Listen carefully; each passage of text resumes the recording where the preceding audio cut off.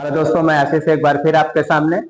और ये UP TET से रिलेटेड एक दूसरी क्लास है ईवीएस की। और ध्यान रखना है, हम लोग आज बात करेंगे कि उत्तर प्रदेश के रामसर साइट की यानी आर्द्र भूमियों की हम लोग बात करेंगे। चलिए देखते हैं। तो ध्यान रखना है कि उत्तर प्रदेश में आर्द्र भूमियों की संख्या 11 हो गई है। ये बात ध्यान रखना, उत्तर प्रदेश में आर्द्र भूमि की जो संख्या हुई है वो पता कितनी हो गई? 11 हो गई। तो पहले हम लोग इसका इतिहास देखेंगे।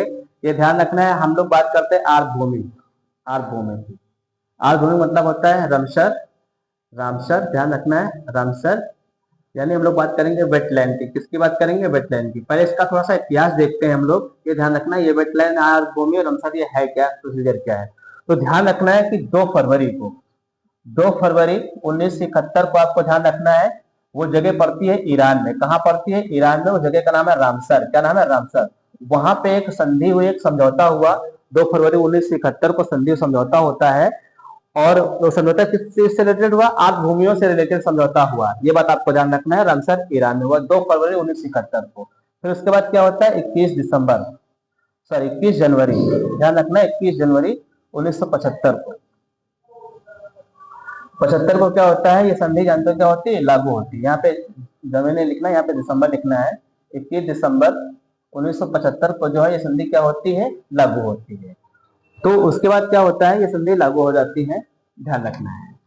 अगर आपसे क्वेश्चन पूछा जाएगा कि भारत इस संधि में कब शामिल हुआ है, तो आपको बताना है भारत इस संधि में कब शामिल हुआ? 1982 में शामिल हुआ है।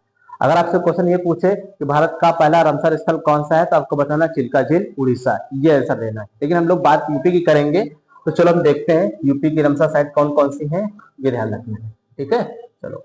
तो जो उत्तर प्रदेश की जो पहली रामसर साइट है उसका नाम है ऊपरी गंगा क्षेत्र। ये ध्यान रखना है, ऊपरी गंगा क्षेत्र। ये ऊपरी गंगा क्षेत्र पड़ता है बुलंदशहर। आपको ध्यान रखना है, बुलंदशहर में पड़ता है। कहाँ पड़ता है? बुलंदशहर में पड़ता है। ये ध्यान रखना है, ठीक है। दूसरा जो उसका नाम है नवाबगंज।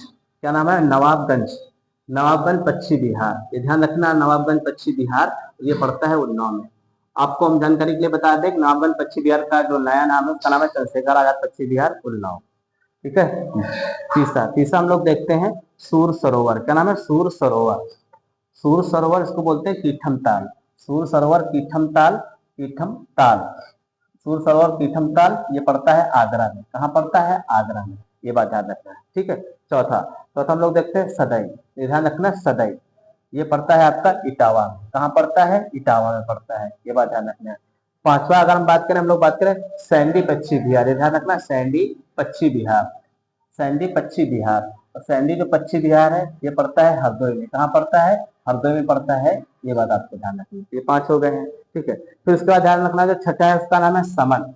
समन पश्चिम बिहार। आपको ध्यान रखना है, समन पश्चिम बिहार ये पड़ता है मैनपुरी में। कहाँ पड़ता है? मैनपुरी। ये ध्यान रखना है, ठीक है। सातवें की अगर हम लोग बात करें कि सातवां जो है पड़ता है उसका नाम है समस्तपुर। क्या नाम है? समस्तपुर। ये ध्यान रखना, समस्तपुर। और समस्तपुर का जो एरिया लगता है वो लगता है रायबरेली। कहाँ पर? रायबरेली। ये ध्यान रखना। कहीं कहीं पे रायबरेली की जगह पे, क्योंकि रायबरेली को कट करके जिला बनाया गया था अमेठी, तो ध्यान रखना हो सकता है अमेठी ऑप्शन पे आ जाए, बट आपको आंसर देना है रायबरेली, ठीक है। चलो उसके बाद फिर हम लोग मतलब बात करेंगे, हम लोग बात करेंगे पार्वती अर्गा। किसकी बात करेंगे? पार्वती अर्गा। अगर हम लोग बात करते हैं पार्वती अर्गा, ये पड़ता है आपका गोंडा जिले में। कहाँ पड़ता है? गोंडा में पड़ता है। ये बात आपको ध्यान रखना है, ठीक है।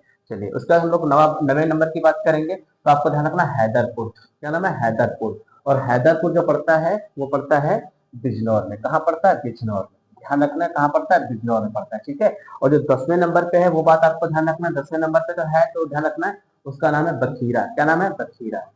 10वें नंबर पे है इसका नाम बखीरा है। और बखीरा जो है वो पड़ता है संत कबीर नगर में। कहाँ पड़ता है? संत कबीर नगर में पड़ता है। ये बात आपको ध्यान रखना, संत कबीर नगर में पड़ता है। कहाँ पड़ता है? संत कबीर नगर में पड़ता है। लेटेस्ट में जो घोषित हुआ है उसका नाम है पटना। पटना पश्चिम बिहार है, ध्यान रखना है, पटना पश्चिम बिहार। जो पटना पश्चिम बिहार है और ये पड़ता है उत्तर प्रदेश के एटा जिले में। कहाँ पड़ता है? एटा जिले में। तो ये 11वां है, आपको ध्यान रखना है। एक बार फिर से रिपीट कर देते हैं, आपको ध्यान रखना है। अगर हम क्वेश्चन कह दें कि उत्तर प्रदेश में जो है कितने वेटलैंड है, तो पहला है ऊपरी गंगा क्षेत्र बुलंदशहर, दूसरा है नवाबगंज पश्चिम बिहार उन्नाव, तीसरा है सूर सरोवर तीर्थमताल आगरा, और चौथा है सदई। कहाँ पर है? इटावा में है, ध्यान रखना है। और पांचवा है कहाँ पर? सैंडी पश्चिम बिहार हरदोई में है। छठा कहाँ पर है? समन पश्चिम बिहार। कहाँ पर है? ध्यान रखना है कहाँ पर है? मैनपुरी में है। उसके बाद समस्तपुर कहाँ पर है? रायबरेली, ध्यान रखना है। अगर क्वेश्चन पूछता है पार्वती अर्गा कहाँ पर है, पार्वती अर्गा की जब वो बात करेगा तो कहाँ पर है, गोंडा में है। अगर क्वेश्चन पूछा जाएगा हैदरपुर कहाँ पर है, बिजनौर में है। और फिर क्वेश्चन पूछा जाएगा बखीरा कहाँ पर है, संत कबीर नगर में, ये बात ध्यान रखना है। अगर आपसे क्वेश्चन पूछता है कि पटना पश्चिम बिहार उत्तर प्रदेश के किस जिले में, तो कहाँ पर है, एटा जिले में, ये बात आपको ध्यान रखनी है। दूसरी जानकारी आपको और बताते हैं, जैसे कि हमने शब्द यूज किया हुआ है ये वेटलैंड, हम लोग बात कर रहे हैं वेटलैंड, वेटलैंड की बात कर रहे हैं, तो ध्यान रखना अगर क्वेश्चन पूछा जाएगा वेटलैंड यानी हम लोग बात करते हैं आर्द्र भूमि की, तो थोड़ा सा इसकी विषय में जानकारी देते हैं। तो जो आर्द्र भूमि होती है तो ध्यान रखना है स्थल और जल के बीच, स्थल और जल के बीच जो संक्रमण भूमि होती है उसको हम लोग क्या कहते हैं, आर्द्र भूमि। और आर्द्र भूमि दिवस जानते हो कब मनाते हैं, 2 फरवरी को। कब मनाया जाता है, 2 फरवरी को मनाया जाता है। आपसे अगर क्वेश्चन पूछा जाएगा वेटलैंड डे या आर्द्र भूमि दिवस कब मनाते हैं तो आपको आंसर देना है 2 फरवरी को। दोस्तों ये वीडियो आपको कैसा लगा कमेंट बॉक्स में जरूर बताइए। जय हिंद।